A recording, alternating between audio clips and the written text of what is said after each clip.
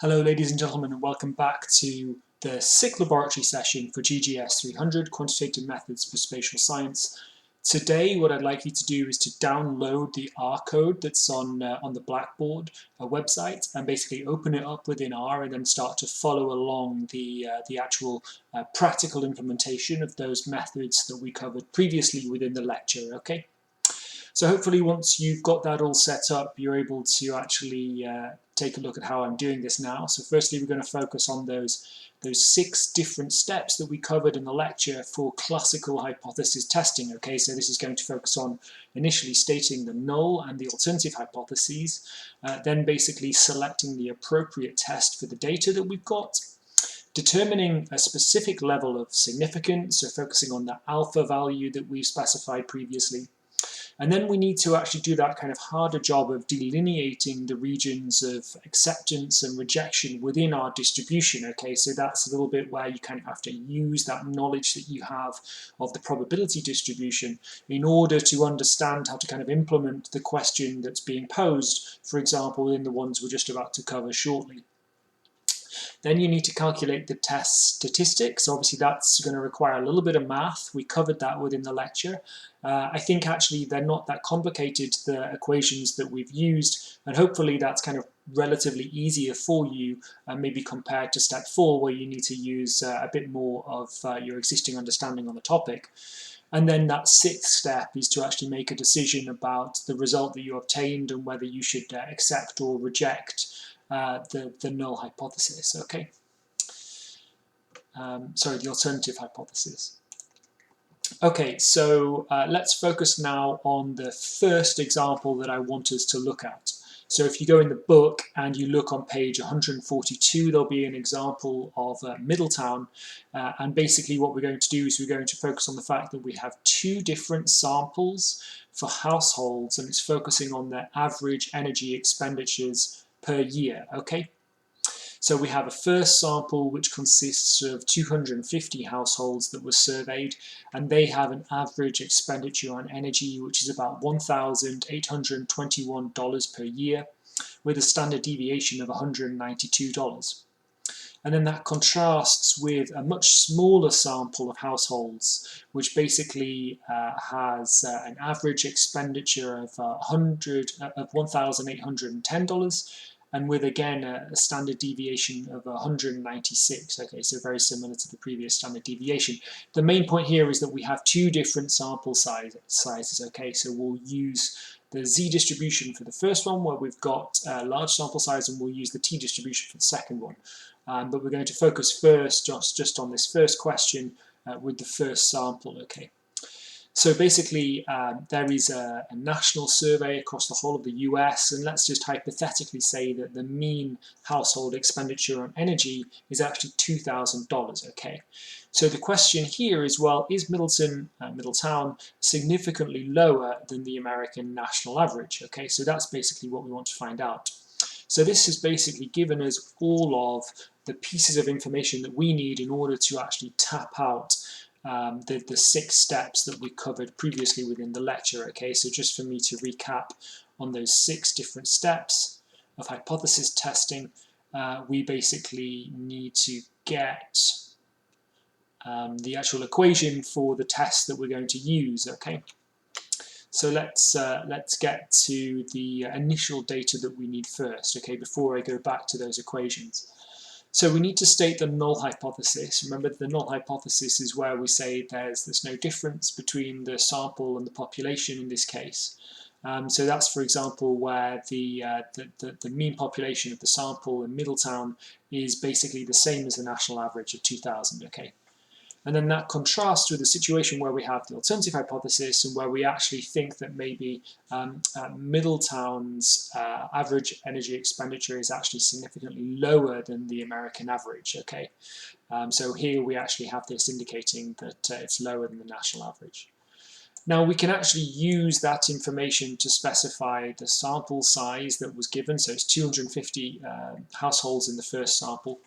The mean of the larger sample, so it's $1,821, so you'll see here the lowercase n for the number of samples. The mean x here is for this value, and then we've got the standard deviation, which is $192 here. So N, X, and L, sorry, N, X, and S, and all of them are denoting the larger sample, which is L, okay?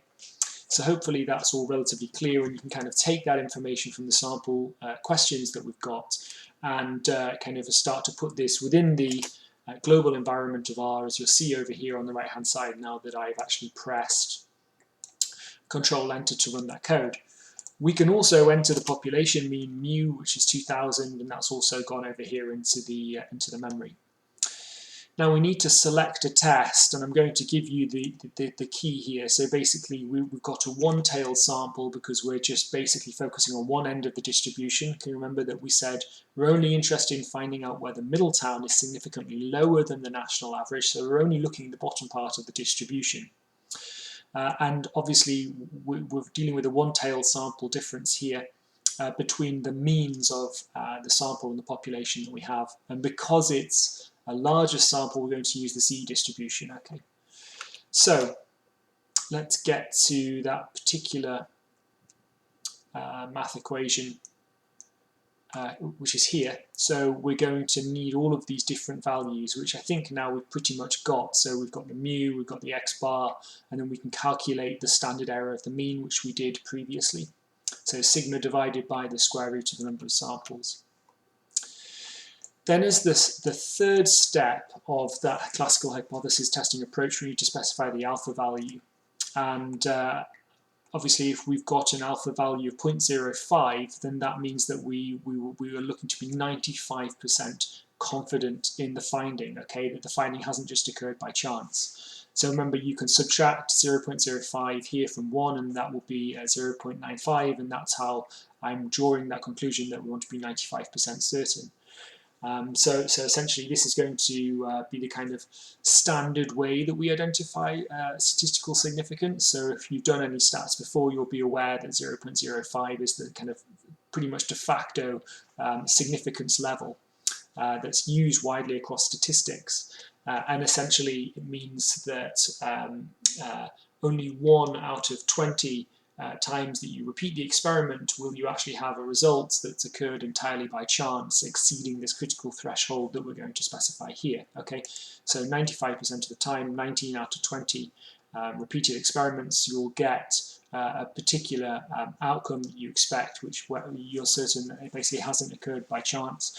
And then for one of those 20 times that you repeat the experiment, you get an event actually occurring by random, which crosses that critical threshold level. But that's basically an acceptable amount of error that we're willing to have within our statistical design.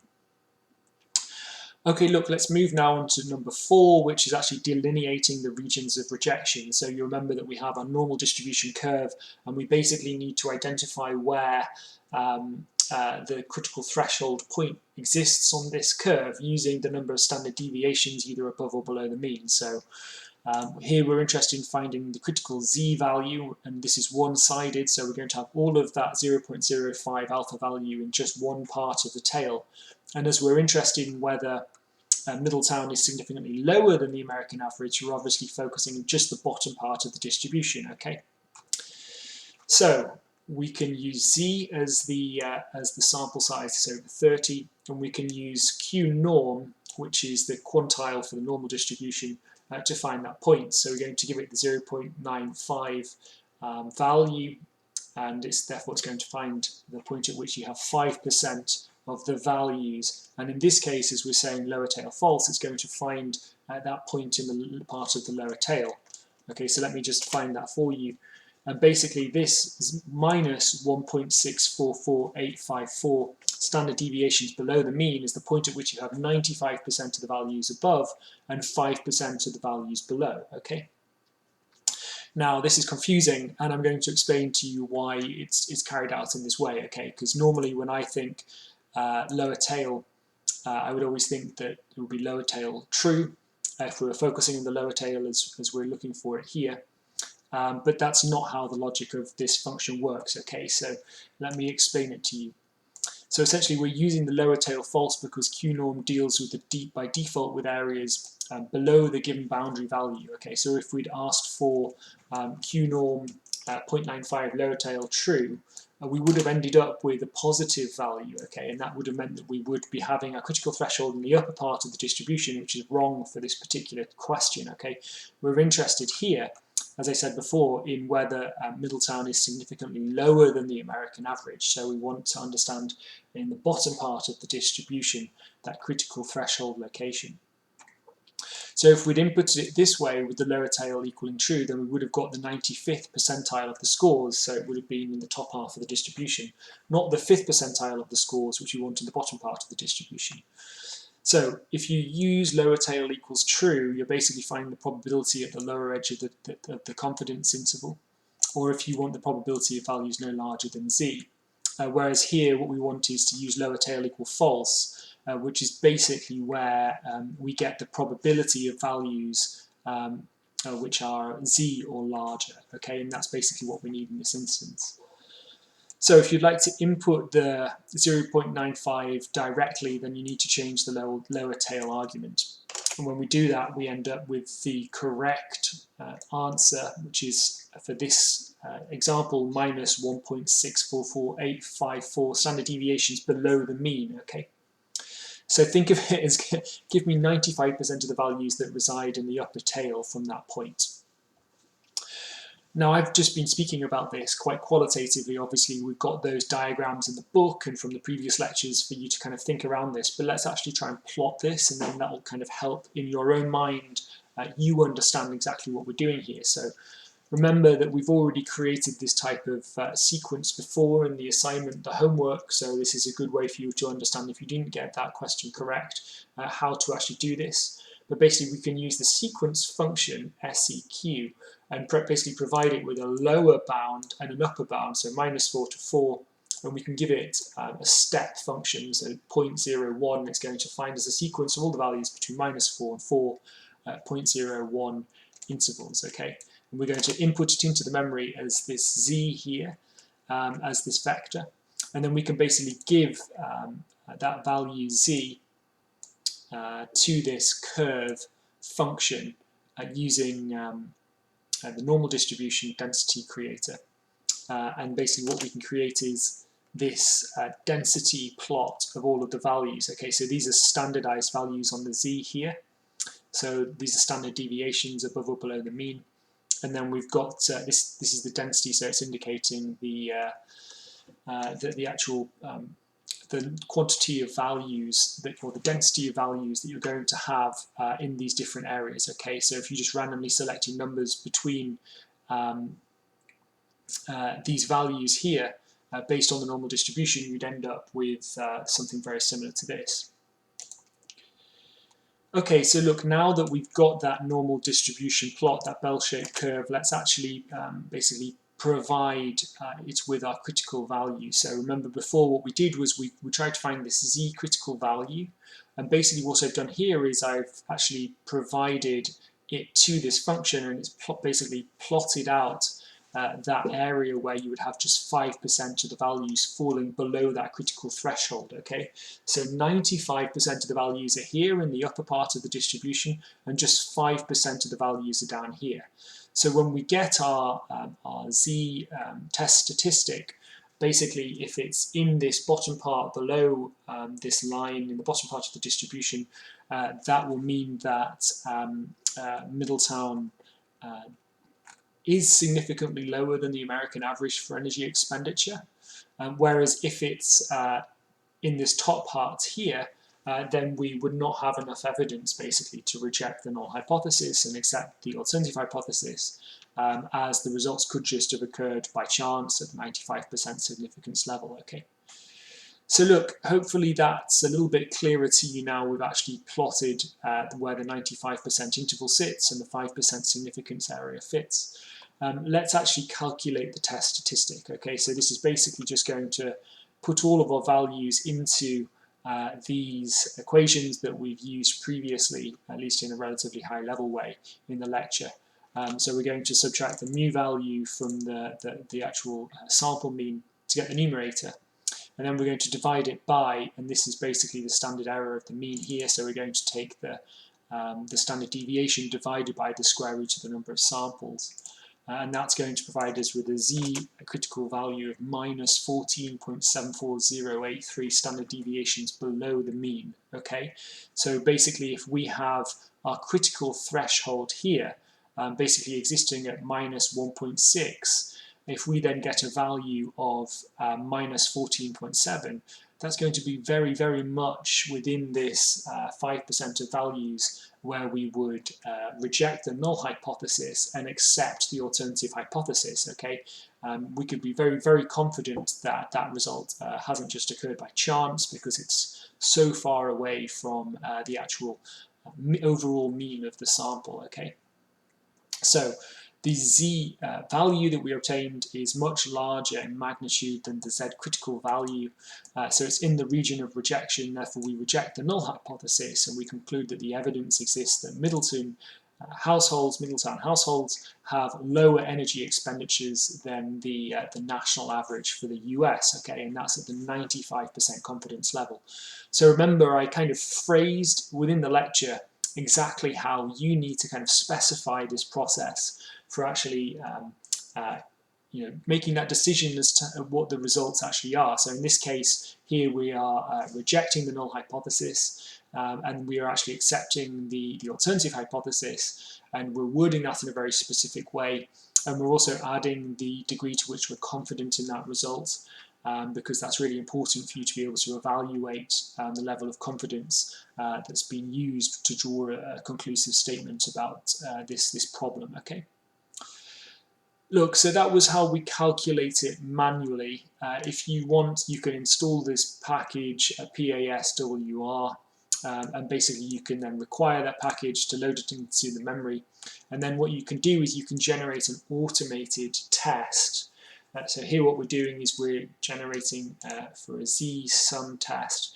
We're basically giving it the mean of the sample, we're giving it the standard deviation of the sample, the number of sample points, we're giving it the population mean, and we're giving it the confidence level, and we're telling it that our alternative hypothesis is that this sample is less than the overall population. Okay, and when we do that, basically it says that it's then going to carry out a one sample z-test, and that our z value is actually minus 14.741 for this particular sample here. So we're able to produce the same value of z that we're able to calculate manually. It's just that here it's been carried out automatically. And also it's able to provide you with a p-value which is very, very much lower than that 0.05 significance level that we've already been looking at. Okay, so this is really quite conclusive evidence that we need to reject the null hypothesis and accept the mean, because the mean that we actually obtain here is significantly lower than the national average. Okay. Okay, well, that's a good example for the first kind of approach. We could then actually repeat all of that if we wanted to, using the smaller samples. So before we were using the z-distribution, now let's carry out that same example, but just using the t-distribution, okay, on the second set. So this time we have a sample size of only 25 households, so it's really quite small. It's below 30, so we're not going to be able to use the z effectively, the z-distribution, so we're going to use the t-distribution. So we have 25 samples, we've got a mean sample of $1,810, we've got a standard deviation of the sample of $196, and then we have a national average of $2,000, okay? So we can place them into our memory. Let me just clear that and re-enter it. We've got all of those values here. We know we're going to repeat the same test but use the t-distribution. We're going to be using the 95% confidence level. Obviously, if we then subtract that, so if we subtract 0.95 from 1, we end up with 0.05. That's our alpha value. So that's the level at which we would basically define our rejection of the null hypothesis region, as we did previously over here in the lower tail. We're then going to delineate the regions of rejection. So this time we're using the t-distribution, so we need to use the Quantile T function. We need to give it the 0.95 value that we want, so we get 95% of the values above this point. we're going to specify that we want this to focus on the probability of the values basically being above this threshold, so the lower tail equals false. And we're going to give it also the number of degrees of freedom. So if we've got 25 samples, that's going to be n minus 1 to get the number of degrees of freedom, so it's 24 in this case. We can then get our t critical value, which is minus 1.71. Now we're able to repeat that same sequence to generate a new curve. You saw as I changed it, we had a slightly different shape of the extreme tails here for the t distribution. And then basically we can provide it with the critical value to create this polygon shaded area here, which is our null hypothesis rejection zone. And then we can calculate the test statistic for the data that we've got, okay? So if we just go down to here, it's going to be basically, sorry, that's the proportion test. It's actually going to be basically the same as this, it's just that we're using the t distribution, okay? So it's basically the population mean minus subtracted from the sample mean as the numerator. And then we're going to divide by the standard error of the mean, so we have the standard deviation for the smaller sample divided by the square root of the number of samples that we have for that smaller sample. And that's going to produce our t critical value, which is minus 4.8467. And obviously this is this t critical value, this test statistic of minus 4.8 really exceeds that t critical value of minus 1.7. So what this is saying is that our sample is in this red shaded area here in our null hypothesis rejection zone. And then as a consequence, we're going to be at the 95% confidence level, rejecting the null hypothesis and actually accepting the alternative hypothesis that Middletown does have significantly lower energy expenditure relative to the national average, okay, for the whole of the United States. And you can also repeat that, and you can use this tsum.test from this package, PASWR, and this allows you to automate the production of this particular example. So we calculated a manual test statistic of minus 4.8, and we got minus 4.8 as the reproduced automatic example here. So it's just demonstrating that we're calculating those steps in a very correct way, okay? So in the future, once you've kind of spread your wings and you go on beyond this class, you'll be able to use this automated test rather than basically working out those 6 different steps as we've done here. You can just use the inbuilt function, and that's going to save you quite a bit of time. So let's focus now on the fact that we might have proportional data, so maybe we don't have the underlying continuous data, maybe we've only got the proportions that we're interested in, and therefore we end up having to essentially use a different type of test. Let's basically apply the example from page 48 in the book. Again, it's also taking place in Middletown, but this time it's related to that concept which was within the assignment homework last week. So basically focusing on the fact that you may have some people who are unfortunately underwater on their mortgage. So this is kind of a very American term, underwater. But what that basically means is that you've got negative equity on the mortgage of your property, okay? So let me just explain a little bit about this before we begin. Imagine that you own a property that's worth $200,000 and you have 50% equity. That means you own $100,000 outright on that property. And that means that the other 50% is therefore part of a mortgage which the bank basically owns. And you have to pay money on that mortgage, that loan each month, for which the bank makes a profit on. And obviously if you end up defaulting on your mortgage and you can't pay it anymore, then the bank will reclaim the house, will sell it on, and then it will basically get the money back that it's put in. So that's basically how this works in essence. And the reason why this is concerning is because when the global financial crisis took place around 2008, which really kind of broke the property market in many countries, particularly the US, also in the UK, there were basically a lot of subprime mortgages, so people who couldn't really afford to pay the mortgage if interest rates had increased. they were given mortgages, and then when the interest rates were increased by the central banks, it meant that their mortgage payments increased, and then eventually they defaulted on their loans. But the problem is that the banks can't necessarily get back their money if, for example, there's no one willing to buy the property, and then they have to decrease the cost of the sale value. And therefore you end up with a lot of money being lost by the homeowner and also by the bank, and this is generally very bad for society, unfortunately. So this is a really concerning issue. So look, that's what underwater means with regards to being a negative equity on a mortgage. It means that you basically end up owing more in this case on your mortgage than your property is valued at. So this is particularly concerning. Essentially, the concern here is whether the proportion of properties that are within Middletown is actually higher than the national proportion for properties that are underwater. So essentially there's 85 housing units that are actually sampled and 25 that are actually found to be underwater, which basically gives a sample proportion of 0.294. So 29.4% of those sampled are actually in negative equity, which is very concerning because the actual nationwide proportion is about 22.8% of properties that are underwater, so 0.228.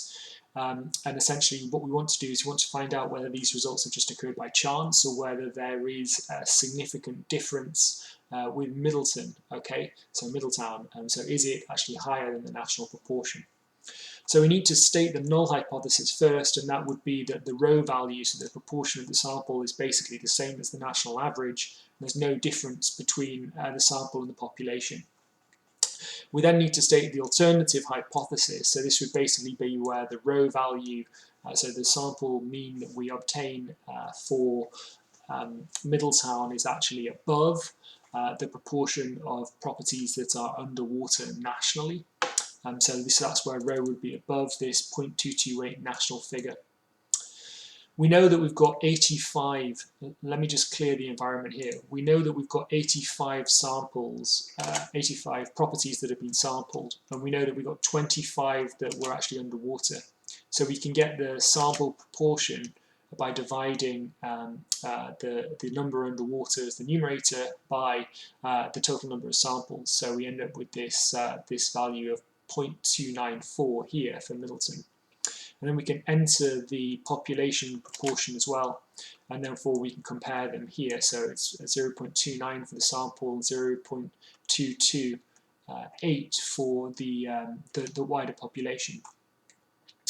Obviously we're dealing here with proportions, so we're going to be using that different equation that we identified before. So we're going to have the sample proportion and the row for the population, divided by the standard error of the proportion, okay, using the Z test statistic, the Z distribution.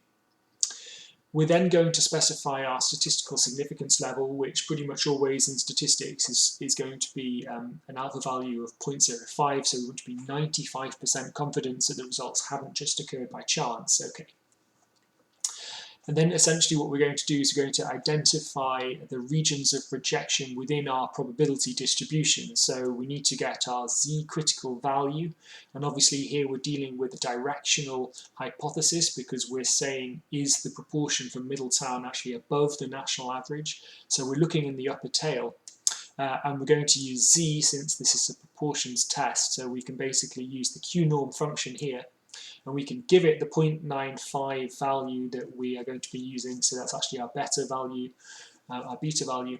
and then essentially we're going to say this time that lower tail is actually true, and that's going to give us a positive value for Z, and basically we get 1.64 standard deviations above the mean as that point at which you have 95% of the values below and only 5% of the values above. Again, we can create a new curve from -4 to 4 standard deviations, either below or above the mean. And essentially we're able to identify, using that Z critical value that we've identified already, the zone of rejection up here. So this is the point at which you would reject the null hypothesis and accept the alternative hypothesis. And essentially what we have here then is to actually calculate the test statistic. What we need is to basically subtract row from 1 and multiply it by row again. And that gets the numerator, and then we need to divide it by the number of samples that we've got, and then take the square root, and that should give us, the standard error of the proportion. And then basically we can subtract the row from the sample proportion as the numerator and divide it by that standard error, and that gives us the z calculator, the z statistic, which here is 1.45. Okay, so we know that. Let me just increase this. That this critical line here, this critical threshold, is 1.64 standard deviations above the mean, and the actual proportion that we get here is only 1.54 standard deviations above the mean, so it's not within our zone of rejection of the null hypothesis. Okay, it's actually going to be falling somewhere around here, and therefore we can't be 95% certain that these results just haven't occurred by chance. All right. So how do we make that statement? Well, the z calc is smaller in magnitude than the z critical value. So our test statistic is smaller than the critical threshold. So it's not in the region of rejection, therefore we fail to reject the null hypothesis. We do not have enough evidence at the 95% confidence level to actually show that Middletown's underwater rate is significantly different from the national rate, okay, that national proportion that we covered previously. Okay, so look, that's the way that you would calculate those proportional tests manually if you were interested in doing that. Obviously, I want to be able to give you the actual automated example. So I want to give you the quick way to calculate this. And therefore, what we're going to do is we're going to take this prop.test function. We're going to give it the proportion of the sample, the number of samples that we have. We're going to give it the population proportion, the row. We're going to tell it that the alternative hypothesis is focusing on whether this value is greater than the 0.95 confidence level. And we're going to basically then run that function, and it's going to provide us with this output here. Now essentially, because this is a proportions test, we don't actually have the initial result that we're interested in. Okay, so you'll see that we have the chi-squared value just here, which is 2.11. So basically what we need to do in order to get that final variable is we actually need to take the square root of this value, okay? So basically this is the value that we're interested in, which has already been squared. So we just want to take the square root of it to see if we get the same value, which is 1.54, which basically emphasizes that we were basically manually calculating that test statistic previously in a correct way, okay? Okay, fantastic. Well, hopefully that hasn't taken too much of your time, and hopefully that's reasonably clear to you. I think that those examples that I tried to give you are backed up in the book, so you'll be able to read and understand exactly what I've done and exactly how this has been carried out using a different explanation, essentially. And then I've provided you both with the math in the previous lecture and also with the code here for you to either calculate those outcomes either manually or using the automated inbuilt functions to get those desired sample statistics, depending on whether it's a small sample, large sample, or whether it's a proportional value. So I'm not going to take any more of your time. You've got the assignment set now, you've got the code. Reach out to me if you've got any questions, and I'll look forward to hearing from you all again. And I hope you have a very good day, and don't hesitate to reach out to me if you've got any queries. Okay, so thank you very much for your time, and I'll look forward to seeing you all again soon. Goodbye. Thank you.